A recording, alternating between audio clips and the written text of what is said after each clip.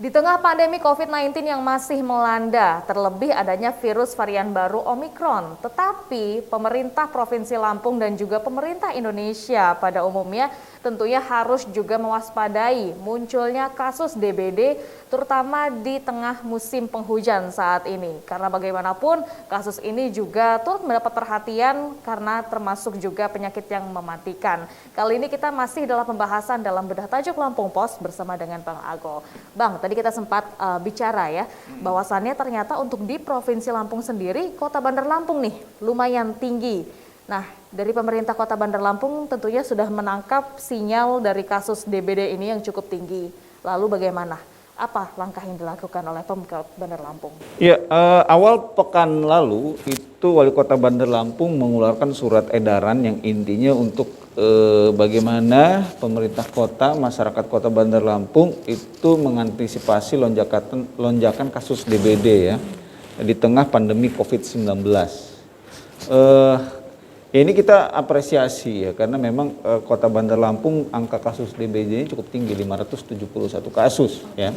Dan kalau berdasarkan penjelasan epidemiolog itu memang DBD itu lekat di daerah perkotaan. Karena di daerah perkotaan kan banyak selokan, banyak got. Mungkin banyak area pasar ya. Banyak area-area yang ketika di musim penghujan itu terjadi genangan-genangan air yang cukup banyak. Okay. Nah, di satu sisi itu ada program dari Kementerian Kesehatan yang dikoordinir oleh Dinas Kesehatan seluruh kabupaten kota Provinsi Lampung. Nah, yang tidak kalah penting adalah sebenarnya membangkitkan kesadaran masyarakat akan potensi bahaya DBD di musim penghujan. Gitu. Karena memang ketika musim penghujan tiba, ya kan banyak genangan air. Betul.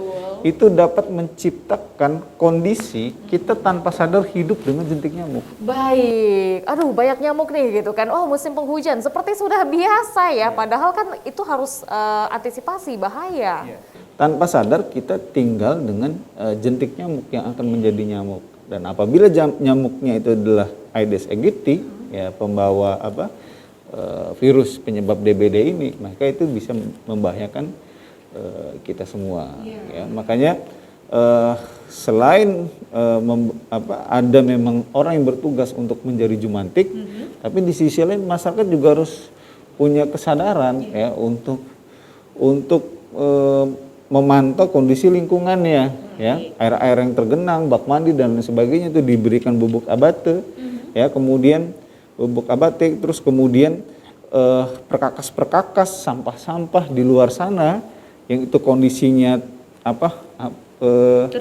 terbuka sehingga bisa menjadi penampung air, itu perlu dicek ya kan, apakah ada genangan air di dalamnya. Kalau tidak ada itu harus dibersihkan semuanya. Jadi selain peran pemerintah, peran masyarakat juga cukup penting.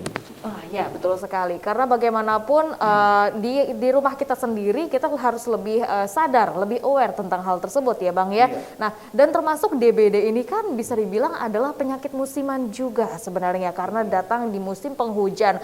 Tetapi menurut Abang sendiri apa nih yang membuat mungkin masyarakat harusnya bisa lebih menyadari ya apabila ini musiman, maka di musim penghujan tersebut makanya harus lebih lagi sadar untuk menjaga lingkungan dengan bersih tentunya. Gitulah, kadang-kadang kan penyakit kita ini kalau tidak ada kejadian, kalau tidak mewabah atau tidak terjadi KLB ya, kita anggap ini biasa-biasa aja ya. Di Lampung kalau tidak salah di Tanggamus itu ada satu korban DBD meninggal. Di Lampung Utara juga ada satu korban DBD meninggal. Ya. Nah, artinya apa? Kalau ini tidak ditanggapi secara serius, ya ini bisa menjadi penyakit yang fatal juga. Gitu. Makanya sebenarnya jauh-jauh hari sebelum musim penghujan tiba, itu masyarakat sudah diedukasi. Ayo kita bersiap menghadapi musim penghujan, bersiap menghadapi potensi adanya wabah DBD. Jadi sebelum musim penghujan masyarakat itu sudah diedukasi, ya kan. Bahkan kalau perlu ketika musim penghujan tiba itu tidak ada lagi tempat bagi jentik nyamuk itu untuk berkembang biak, terutama di lingkungan kita ya, kecuali di rawa, di persawahan, di selokan siring yang memang tempat menjadi saluran air, ya itu ya, tinggal diamankan kan, ditaburi bubuk abate. Tapi jangan sampai di sekitar rumah kita sendiri tanpa sadar justru banyak jentik nyamuk di situ. Nah, itu dia. Jadi sama-sama kita mungkin bisa lebih aware lagi dengan lingkungan sekitar. Dan kalau misalnya sudah ada kasus, itu aparat setempat, RT, RW, ya, RK, itu harus responsif. Dan jangan tunggu banyak kasus baru fogging. Nah, begitu ya. Oke, nah apakah untuk prosedur fogging itu sebenarnya bisa kita mintakan secara langsung atau harus seperti prosedurnya seperti apa ya, Bang? Dari masyarakat apabila ada kasus, ya kan itu bisa langsung melaporkan ke RT-nya, RT-nya bisa meminta kepada petugas puskesmas terdekat untuk melakukan fogging. Jadi sebenarnya nggak ribet, ya kan? Yang penting itu adalah masyarakat responsif. Masyarakat aktif, kemudian aparatur paling bawah seperti RT misalnya responsif, dan pihak puskesmas itu langsung tanggap ketika ada permintaan seperti itu. Baik, apabila sebenarnya kita sudah siaga dengan adanya pandemi COVID-19, sebuah virus yang mungkin tidak terlihat dengan kita menyiagakan diri menggunakan masker, seharusnya kita juga harus lebih siaga untuk antisipasi DBD ya Bang ya?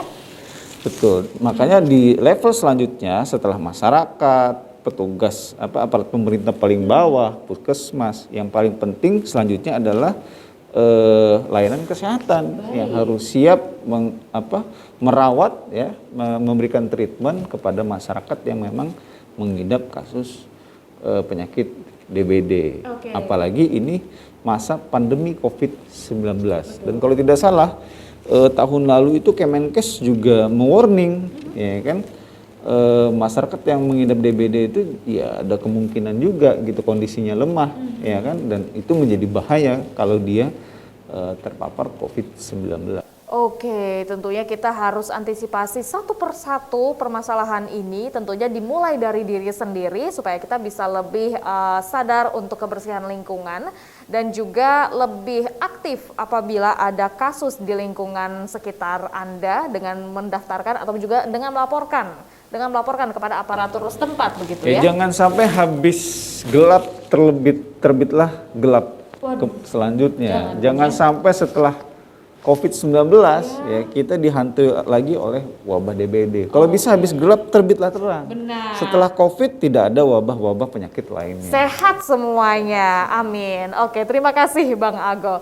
Baik pemirsa Metro TV Lampung, demikian bedah tajuk kita kali ini tentang waspada penyakit DBD. Tapi jangan kemana-mana, setelah ini kita akan membahas trending topik apa saja yang ada di multi platform Lampu Pos Group lainnya. Tetaplah bersama kami.